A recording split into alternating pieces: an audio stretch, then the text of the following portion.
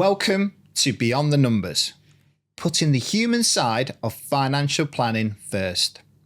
I'm Danny George, and today we're exploring how expats can really make the most of their wealth while living abroad.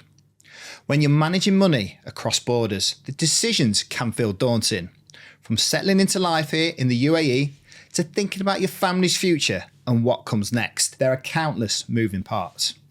What makes all the difference is having an advisor you can really trust. My guest today is Christo Arundel, an experienced financial advisor who has worked closely with expats across the region for many years. Christo, welcome. Thank you.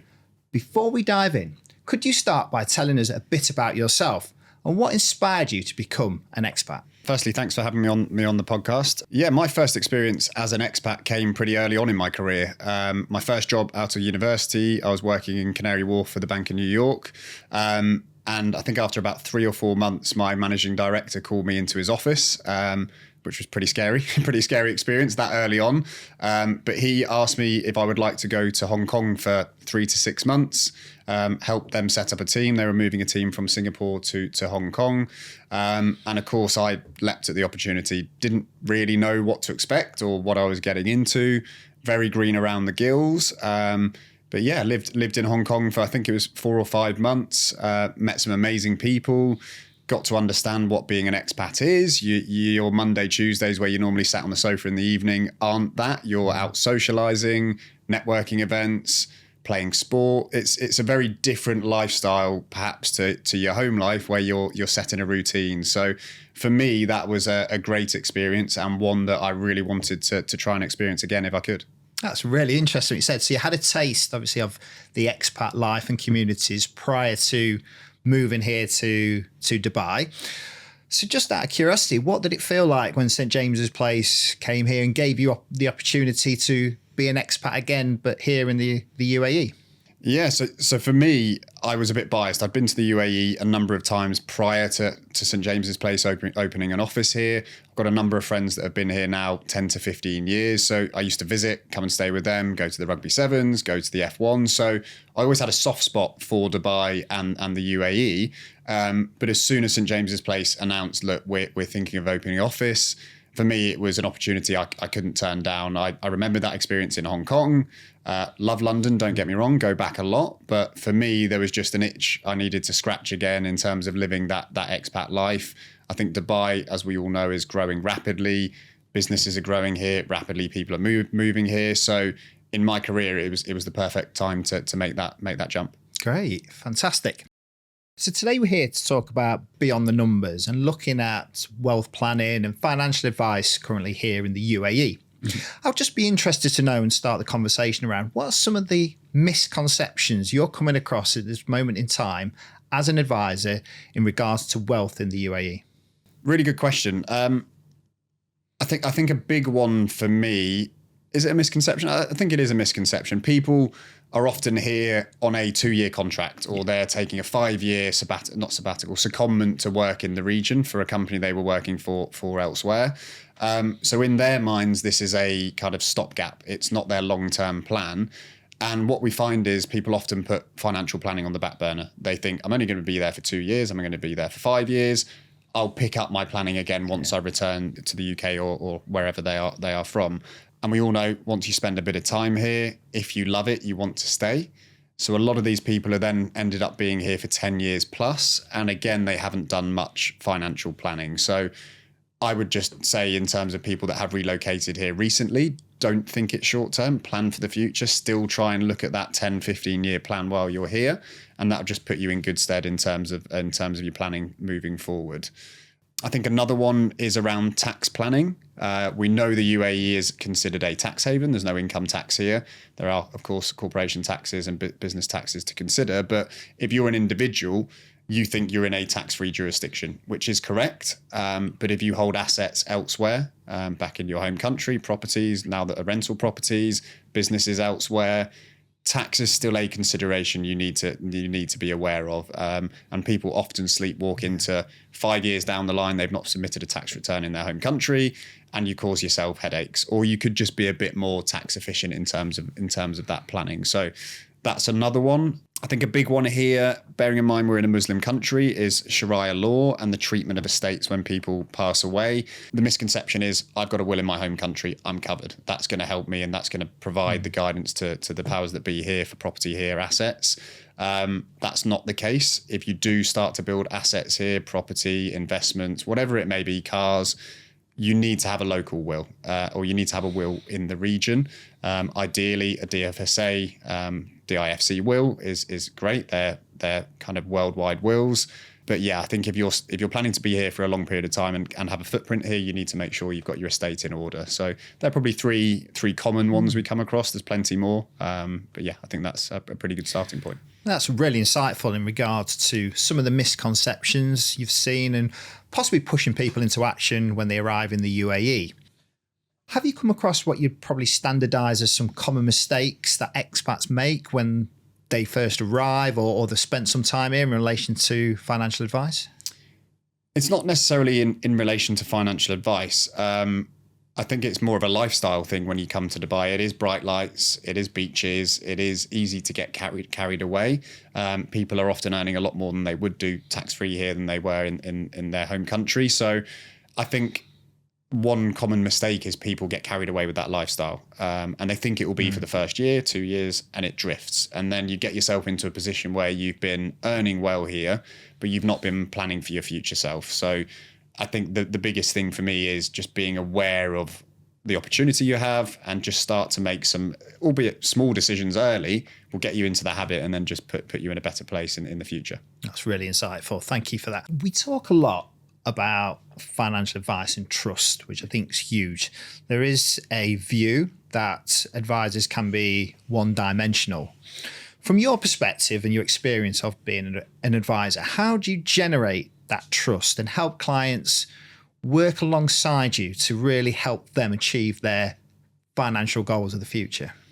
I think this is a big one because there's different ways of being a financial advisor or being an investment manager. And I think the investment side of things is kind of secondary to the relationship side, particularly for me. And I know for St. James's Place, we're trying to build those long-term relationships where we'll help you with your finances throughout your career, throughout your retirement, help your kids, help your estate planning. So trust is huge. The client needs to know that they're going to be able to pick up the phone to you and get sound advice that's in their best interest. I think in the UAE, building that trust is perhaps different than elsewhere. We're an established business in the UK, Hong Kong, Singapore, perhaps not as established here. We're building, but you need to build that trust with people. You need to show them that you're there for them. You can do that just the way I do it is essentially become friends or close with them first to show them your kind of softer side builds that trust. And then when you do sit down to talk brass taxes in terms of money, the conversation's a lot easier. You understand who they are, you understand what they value, and it just makes that whole relationship building a lot easier. As we well know, life is never linear and just on what you're saying now. And we often experience bumps in the road, things we don't expect, things happen in our lives. How do you support your clients in those moments when they need you the most, or whether they're going through some form of life stage that needs additional guidance and help? Yes, I think two clients probably come to mind. We all know your visa here can be short-lived. You're working for an employer, and if that job, for whatever reason, goes, or you're out of a job, that can change things pretty quickly. And it ties back into that, well, I'm on a 2-year contract. What happens if they don't renew it? A lot of people do want to be here for longer. So I had a client where their contract wasn't renewed at that particular company, and we were building a plan in terms of long-term saving, retirement planning, and so on. That can change things. They go through a period where they're then looking for work. You need to be mindful that everything else that we've been talking about goes on the back burner. Their focus is, well, right, I need to rebuild my life here, get another job here. So you've got to be very flexible in terms of your thinking in terms of a planning perspective. All plans are good plans until they go wrong. Another example would be a family bereavement where I had someone that works and lives here, lost a loved one back home. So again, that draws people back home, and that happens quite regularly out here. You can plan to stay out here for the foreseeable, but if your family is back home, things can change. So you've got to be more mobile in terms of your planning than when you're dealing with someone onshore in their home country, and just aware that things can change pretty quickly out here. Yeah, that's great to hear about how you support clients. I suppose my next sort of supplementary question to that would sit around, what we class as holistic advice and that regulated holistic advice. So how do you feel that takes the uncertainty and the stress out the clients' lives, when you're providing that support? I think regulated advice is crucial. I think if you look at any kind of decision you have in life that is a big one, you tend to go and consult someone else. If it's a life decision, you're going to speak to mum, dad, spouse, brother, sister, whoever that may be. If you're worried about your tax, you're going to speak to an accountant. If you're worried about a legal position, you're going to speak to a lawyer. So I think the fact that there is regulated financial advice, and if you're thinking or you're working on a pretty big financial decision, then you should be looking at regulated financial advice to help you in that. Particularly in the UAE, there is regulation and then there's different regulation. The DFSA, our regulator, and the DIFC is based on UK common law. They're essentially the UAE's equivalent of the FCA in the UK. So if you're using a regulatory body as kind of professional and renowned as that, there's a layer behind the advisor making sure the advice that you're getting is as good as it can be, and that they're endeavouring to have your best interest at heart. So yeah, regulation is huge in our industry, and so it should be. Yeah, thank you, Christo. Just going to touch on now St James's Place, and globally a huge company, local expertise. How does St James's Place help you in your role as a financial advisor? I won't go into too much of the details in terms of the background of St James's Place, but we're UK based. We're the largest UK based wealth manager, over 1 million clients globally. Obviously now got the office in the UAE, but we've got Hong Kong, Singapore and the UK as well. So it's a huge global business. With that and the economies of scale of being such a big business means that large professional businesses in other sectors want to work with us.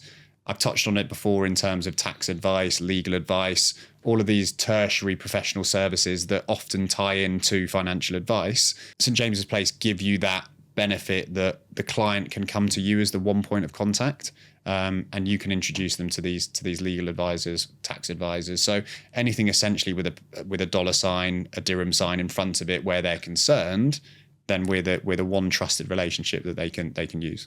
That's brilliant. So that size and scale really supports you in your role. Yeah.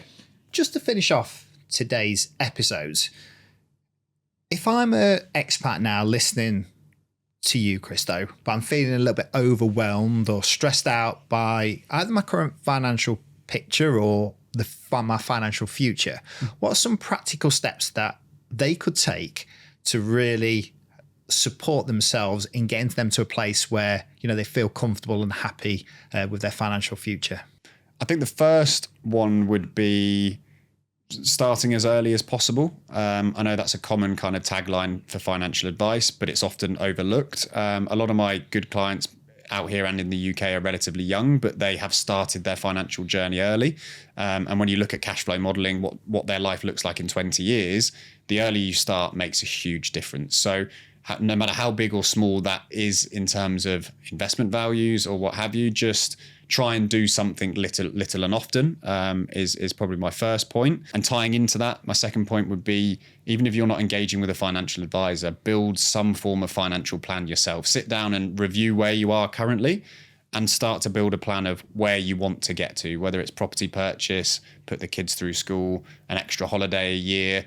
You're far more likely to achieve that if you've got a plan in place. So start to build that. And then finally, if you've done both of those and you're now experienced or you want to seek advice, don't be afraid of doing so. If you've got questions, reach out to an advisor, sit down with them. They'll be able to take you through what it looks like, give you guidance. And if it's not for you, it's not for you. But more likely than not, they'll be able to give you some benefits. That's fantastic. Christo, thank you for sharing your insights today. For any expats listening, I hope this conversation has shown that financial advice is about so much more than just numbers. It's about trust, clarity, and the reassurance that you don't have to face complex decisions alone. With the right support, you can reduce stress and focus on achieving the future that you want. Thank you for joining us on Beyond the Numbers, putting the human side of financial advice